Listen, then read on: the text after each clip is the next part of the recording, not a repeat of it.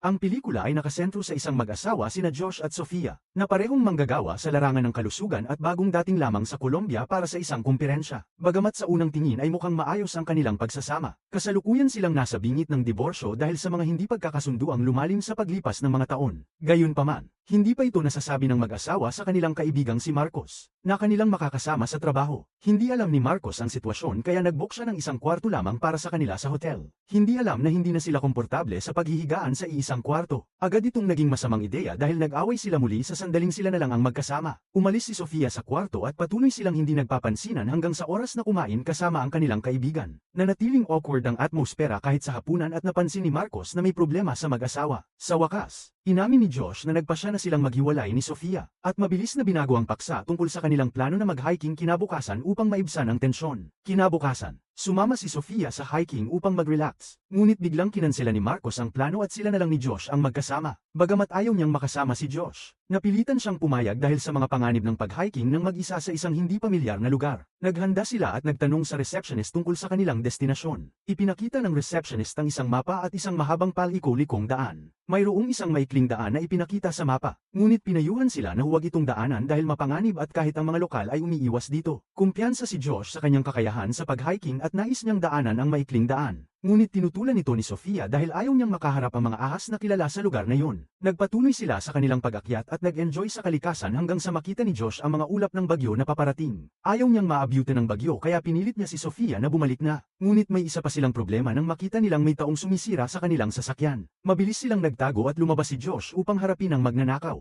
Naging mali ito nang maglabas ng baril ang magnanakaw. Sinubukan ni Josh na unahan ito at sinuntok ang magnanakaw. Samantala, tumakbo sila ni Sofia patungo sa kagubatan habang hinahabol ng mga bala. Galit si Sofia sa asawa dahil sa pagiging bayani nito. Ngunit hindi na ito ang tamang panahon para mag-away. Lumakas ang ulan at papalapit na ang kanilang humahabol. Nagpasya silang tumakbo sa daang pinagbabalaan ng receptionist, na iniisip na takot ang kanilang humahabol na pumasok doon. Sa kanilang pagmamadali, nagkahiwalay sila at nataman ang ulo ni Sofia. Nahilo siya at nahulog sa isang kumunoy. Malalim at malapot ang kumunoy dahil sa ulan at hindi siya makalabas. Nagpanik siya at sumigaw para kay Josh. Mabuti na lang at narinig niya ito at tumakbo siya upang tulungan siya. Sinubukan niyang hilahin si Sofia gamit ang isang sanga, ngunit ito'y nabali. Lalo siyang nagpanik at lumubog ng husto sa kumunoy hanggang sa tuluyan siyang malunod. Natakot si Josh at sumunod kay Sofia. Hindi na iniintindi ang kanyang buhay. Sa ilang paraan, nagawa niyang ilabas ang ulo ni Sofia mula sa kumunoy at nakahinga na siya ng maayos. Nailigtas ni Josh ang buhay niya. Ngunit ngayon ay pareho silang natigil sa isang liblib na lugar na walang tutulong sa kanila. Sa ngayon, sinabihan ni Josh si Sofia na huwag gagalaw dahil habang mas gumagalaw siya, lalo siyang lulubog. May kaalaman siya tungkol sa kumunoy dahil sa mga gabay na kanyang nabasa. Ngunit nakakainis na hindi niya maalala kung paano makakalabas mula rito.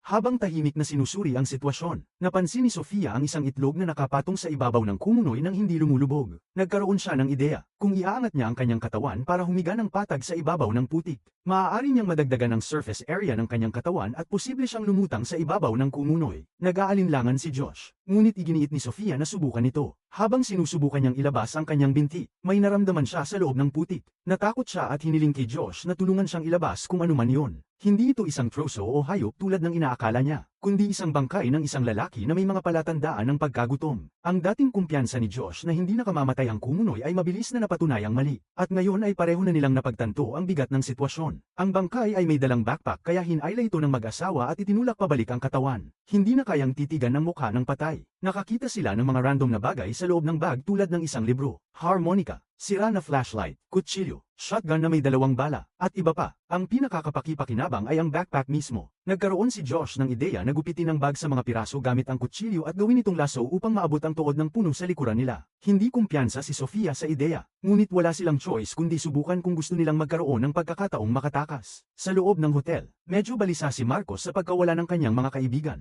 Narinig niya ang voice message na iniwan ni Josh na nagpapabatid sa kanilang pag-hike, ngunit hindi niya maiwasang magkaroon ng masamang pakiramdam tungkol dito. Napatunayan ang kanyang kutob nang makita niya ang isang lalaki na may daladalang backpack ni Sofia. Ito ang magnanakaw na humahabol sa mag-asawa. Nilapitan ni Marcos ang lalaki upang harapin ito nang makita niya ang malaking bahid ng dugo sa dibdib nito at mabilis na naunawaan mapigilan ang sitwasyon. Inatake niya ang magnanakaw at ibinagsak ito sa lupa nang magsimula itong tumakas. Dahil dito, nahulog ang isang baril mula sa damit ng magnanakaw at lalong nagpanik si Marcos. Muli niyang sasaktan ng magnanakaw ngunit mabilis na nakialam ang mga empleyado ng hotel upang pigilan ang away at arestuhin silang dalawa. Sa oras na yun sa kagubatan, nagawa ni Sofia at Josh na gumawa ng lubid mula sa backpack at sinubukang i-hook ito sa isang tuod ng puno. Ngunit sa kasamaang palad, masyadong maikli ang lubid. Habang nagsisimula silang mab-aigo, may sumipo na pag-asa sa anyo ng isang helikopter. Lumipad ito sa ibabaw ng kanilang ulo at sumigaw at nag-wave sila upang maakit ang atensyon nito. Ngunit walang nangyari. Masyadong siksik ang mga puno para makita sila ng mga tao sa loob ng helikopter. Sumuko na si Josh sa pagsubok na maakit ang atensyon nito. Ngunit ayaw pa ring palampasin ni Sofia ang oportunidad na ito. Sinubukan niyang mag-apoy upang mag-signal sa helikopter. Ngunit lahat ng bagay sa paligid nila ay masyadong basa para magliyab. Sa huling pagtatangka, sinubukan pa niyang sunugin ang pansamantalang lubid. Ngunit matigas na tumutol si Josh. Kung susunugin nila ang lubid at hindi pa rin sila makita ng helikopter, talagang mawawala na sila ng pag-asa. Ang lubid ang kanilang huling pag-asa. Habang nagtatalo sila, nawala ang helikopter sa kalangitan at nawala na rin ang lakas ng kanilang katawan. Sa kawalan ng pag-asa, tinanong ni Sofia si Josh kung pwede nilang putulin ang kanilang mga jacket para pahabain ang lasso. Ngunit hindi siya sumang-ayon dahil baka magdulot ito ng pagkamatay nila sa lamig. Kahit ganun, sinubukan pa rin niyang manatiling may pag-asa na ililigtas sila ni Marcos. Ngunit mahirap itong gawin sa harap ng pesimismo ni Sofia. Biglang may naramdaman si Sofia na kumagat sa kanya at nagpanik siya. May mga langgam na umakyat sa kanyang balikat at walang awa siyang kinagat. Nag-iiwan ng mga pamumula sa kanyang balat. Nang marinig ang kanyang sigaw, mabilis na ibinigay ni Josh sa kanya ang isang bote ng vodka at sinabihan siyang ibuhos ito sa kanyang balikat. Sa kabutihang palad, ang alkohol ay nagsilbing insect repellent at nakalaya si Sofia mula sa kagat ng mga langgam. Pagkatapos hamupa ang sitwasyon, tiningnan niya ang bote ng vodka na ibinigay ni Josh at bigla siyang nagkaroon ng realisasyon. Akala niya ay sober siya. Ngunit inamin ni Josh na bumalik siya sa pag-inom dahil sa stress ng kanilang diborsyo. Ang pagiging natigil sa mapanganib na sitwasyon kasama ang bigat ng kanilang nabigong relasyon ay nagdulot ng matinding emosyon sa kanila. Sinubukan nilang pigilan ang kanilang nararamdaman. Ngunit nagsimula ng umiyak ang pareho. Habang nag-uusap sila ng puno ng luha, biglang naalala ni Sofia ang baril. Pwede sana nilang gamitin ang baril para maakit ang atensyon ng helikopter. Ngunit huli na ang lahat at puno sila ng pagsisisi. Dahil wala nang magawa, sinimulan niyang putulin ang mga strap ng shotgun para madagdagan ang haba ng kanilang lasso. Walang kwenta ang pagtatangka dahil ang strap lamang ay hindi sapat para gawing sapat ang haba ng lubid. Sinabi ito ni Josh at sinabihan siyang maghintay na lang kay Marcos para tumulong. Ngunit malalim sila sa kagubatan kaya hindi maaasahan ni Sofia na si Marcos lang ang magliligtas sa kanila.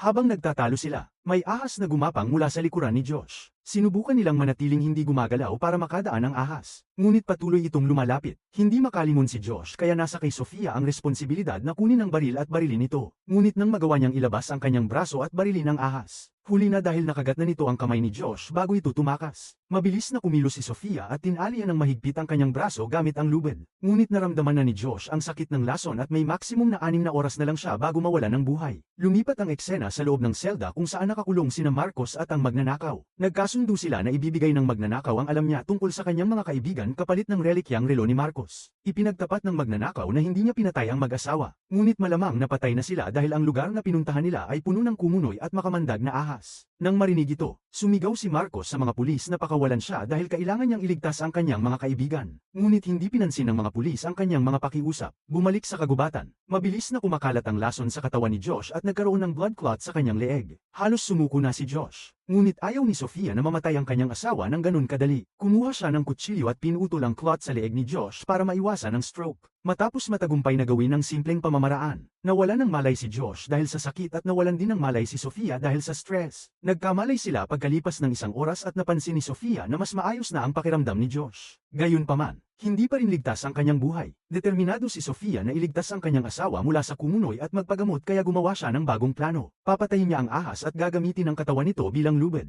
Naghagis siya ng mga bagay para maakit ang atensyon ng ahas at dahan-dahan itong gumapang palapit sa kanya. Habang papalapit ang ahas mula sa likuran, hindi niya ito mabaril ng maayos at nasayang ang huling bala, kaya iniwan niya ang baril at kinuha ang kutsilyo. Ngunit hindi siya makagalaw nang balutin siya ng ahas at sinakal siya. Habang nakikipaglaban siya sa hayop, ginamit ni Josh ang huling lakas niya at tinaga ang ahas hanggang sa mamatay ito. Mabilis na kinuha ni Sofia ang balat ng ahas at ginamit ito para pahabain ang lubid. At sa wakas ay sapat na ang haba nito para maabot ang tuod ng puno. Paulit-ulit niyang inihagis ang lubid hanggang sa wakas ay nakabalot ito sa tuod. Mabilis siyang lumabas mula sa kumunoy at sinubukang tulungan si Josh na makalabas. Ngunit hindi na makagalaw si Josh dahil sa lason at hindi na niya kayang abutin ang kamay ni Sofia. Dahil wala nang ibang choice, naglakad siya ng mahina sa kagubatan para humanap ng makakatulong sa kanyang asawa. Halos gabi na nang makarating siya sa kalsada sa kanyang malabong estado. Sa isang himalang pagkakataon, dumating si Marcos kasama ang ambulansya at isang search team. Mabilis silang pumasok sa kagubatan para hanapin si Josh. At tahimik na nanood si Sofia sa kanilang direksyon. Umaasang may balita tungkol sa kanyang asawa. Nagtatapos ang pelikula sa isang masayang nota nang ilabas si Josh mula sa kagubatan sa isang stretcher. Buhay at malay siya, na nagdulot ng malaking ginhawa kay Sofia, at masigla siyang lumapit para halikan siya. Sana, ang pagsubok na ito ay magsimula ng bagong yugto sa kanilang relasyon habang binibitawan nila ang mga lumang sama ng loob at nagsisimula muli.